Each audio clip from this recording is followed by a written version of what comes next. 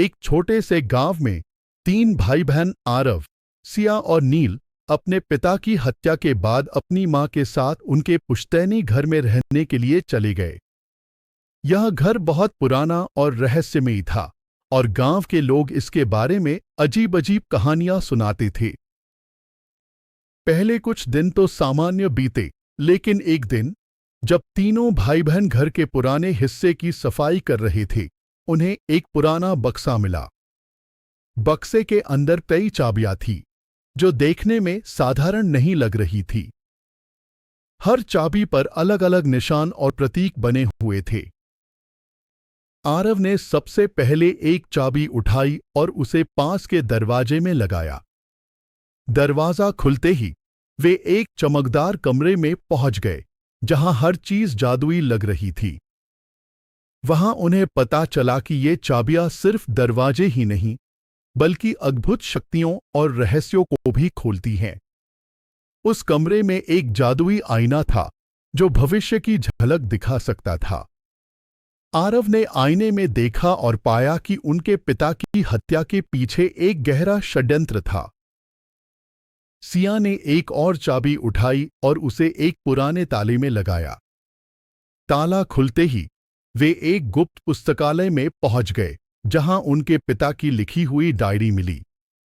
Diary में उनके पिता ने इन चाबियों के बारे में लिखा था और बताया था कि ये चाबियां उनके परिवार की सुरक्षा के लिए बनाई गई थी। पुस्तकालय में कई प्राचीन किताबें थीं, जिनमें जादुई मंत्र और रहस्यमय कहानियां लिखी थीं। सिया ने उन किताबों को पढ़ना शुरू किया और जादू के बारे में बहुत कुछ सीखा। नील ने एक तीसरी चाबी उठाई और उसे एक छिपे हुए दरवाजे में लगाया।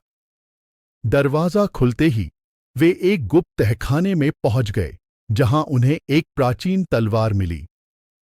तलवार पर लिखा था कि यह तलवार सिर्फ सच्चे दिल वाले योद्धा के लिए है। तहखाने में कई और भी हथियार और जादुई वस्त्र थे, जो उनके पूर्वजों ने इस्तेमाल किए थे। नील ने तलवार को उठाया और महसूस किया कि उसमें अद्भुत शक्ति है। तीनों भाई बहन ने मिलकर इन चाबियों और उनके रहस्यों को समझने का निर्णय लिया। उन्होंने पाया कि इन चाबियों की मदद से वे न केवल अपने पिता की हत्या के रहस्य को सुलझा सकते हैं, बल्कि अपने परिवार और गांव की रक्षा भी कर सकते हैं। उन्होंने अपने पिता की डायरी से सुराग ढूंढे और गांव के पुराने नक्शे का उपयोग करके एक गुप्त सुरंग का पता लगाया, जो उन्हें उनके पिता के हत्यारे तक ले गई। धीरे धीरे उन्होंने इन चाबियों की शक्तियों का उपयोग करना सीखा और अपने पिता के हत्यारे को ढूंढ निकाला। उन्होंने अपने गांव को बुरी शक्तियों से बचाया और अपने परिवार की विरासत को सुरक्षित रखा। उन्होंने गांव के लोगों को भी इन चाबियों के बारे में बताया और उन्हें सिखाया कि कैसे इनका सही उपयोग किया जा सकता है। लेकिन कहानी में एक बड़ा मोड़ तब आया जब उन्होंने पाया कि उनके पिता का हत्यारा कोई और नहीं, बल्कि उनके ही परिवार का एक सदस्य था। यह सदस्य उनके दादा थे, जो जादुई चाबियों की शक्ति को अपने स्वार्थ के लिए इस्तेमाल करना चाहते थे। उन्होंने अपने बेटे यानी आरव, सिया और नील के पिता को इसलिए मारा क्योंकि वह उनके रास्ते में आ रहे थे। यह सच्चाई जानकर तीनों भाई बहन बहुत दुखी हुए, लेकिन उन्होंने हिम्मत नहीं हारी। उन्होंने अपने दादा का सामना किया और उनकी बुरी योजनाओं को नाकाम कर दिया। उन्होंने अपने दादा को समझाया कि जादू का सही उपयोग ही सच्ची शक्ति है और स्वार्थी उद्देश्यों के लिए इसका दुरुपयोग नहीं होना चाहिए। आखिरकार उनके दादा ने अपनी गलती मानी और अपने किए पर पछतावा किया। उन्होंने अपनी सारी शक्तियां त्याग दी और गांव की भलाई के लिए काम करने का वचन दिया। तीनों भाई बहन ने अपने परिवार की विरासत को सुरक्षित रखा और गांव को एक सुरक्षित और खुशहाल स्थान बना दिया, जहां हर कोई मिलजुल कर रहता था।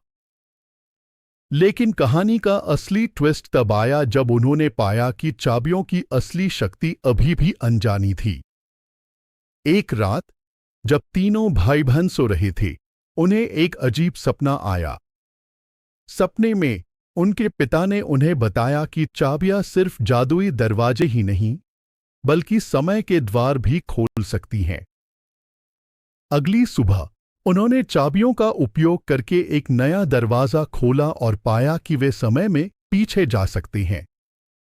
उन्होंने इस अवसर का उपयोग करके अपने पिता की हत्या को रोकने का निर्णय लिया। वे समय में पीछे गए और अपने पिता को चेतावनी दी। उनके पिता ने उनकी बात मानी और सावधान हो गए। इस तरह उन्होंने अपने पिता की हत्या को रोका और अपने परिवार को फिर से एकजुट किया। अब उनके पास न केवल जादुई चाबियां थीं, बल्कि समय को बदलने की शक्ति भी थी। उन्होंने इस शक्ति का उपयोग अच्छे कामों के लिए किया और अपने गांव को एक आदर्श स्थान बना दिया। लेकिन कहानी का अंतिम ट्विस्ट तब आया जब उन्होंने पाया कि समय में बदलाव के कारण कुछ अनपेक्षित परिणाम भी हुए थे।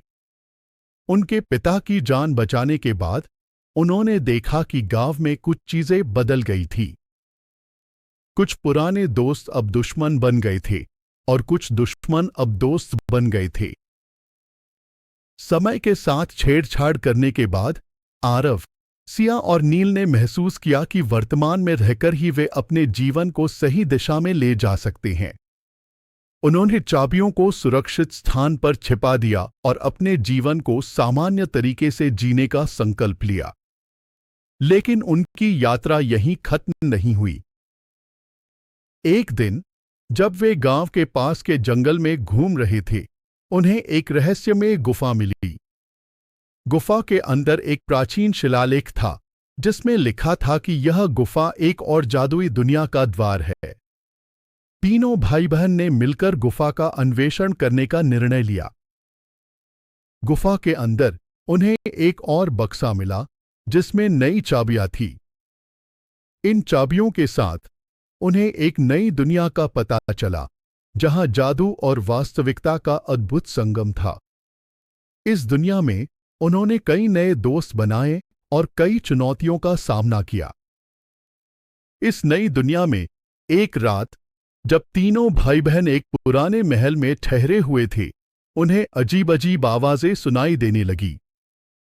महल के बारे में कहा जाता था कि वहां एक भूतिया छाया रहती है, जो रात में जागती है और महल में घूमती है। आरव, सिया और नील ने इस रहस्य का पता लगाने का निर्णय लिया। उन्होंने अपनी जादुई चाबियों का उपयोग करके महल के गुप्त दरवाजों को खोला और छाया का पीछा किया। महल के अंदर उन्होंने देखा कि छाया एक प्राचीन आत्मा थी, जो किसी कारणवश इस दुनिया में फंसी हुई थी। उन्होंने आत्मा से बात करने की कोशिश की, लेकिन आत्मा बहुत गुस्से में थी और उसने उन पर हमला कर दिया। तीनों भाई बहन ने अपनी जादुई शक्तियों का उपयोग करके आत्मा को शांत किया और उससे उसकी कहानी पूछी। आत्मा ने बताया कि वह एक पुराने राजा की आत्मा है, जिसे उसके ही विश्वासघाती मंत्रियों ने धोखा देकर मार डाला था। आत्मा ने उनसे मदद की गुहार लगाई और कहा कि अगर वे उसे न्याय दिला सकें, तो वह इस दुनिया से मुक्त हो जाएगी। तीनों भाई बहन ने आत्मा की मदद करने का निर्णय लिया और महल के अंदर छिपे हुए सुरागों को ढूंढना शुरू किया।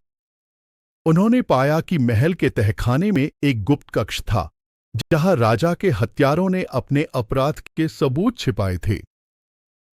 उन्होंने उन सबूतों को इकट्ठा किया और आत्मा को दिखाया।